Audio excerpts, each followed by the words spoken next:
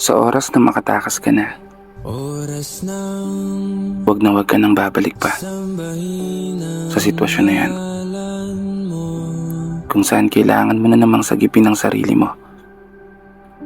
Sitwasyon na sadyang umubo sa'yo at nagpahirap sa'yo. At sitwasyon na inakala mong papaboran ng mundo.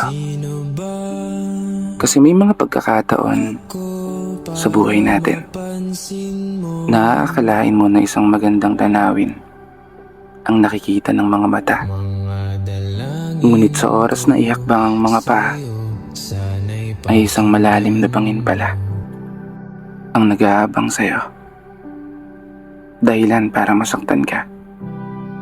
Dahilan para maging malungkot ka. Dahilan para manghina ka. At unti-unting maglaho ang dala-dala mong sigla. Mapapatanong ka na lang talaga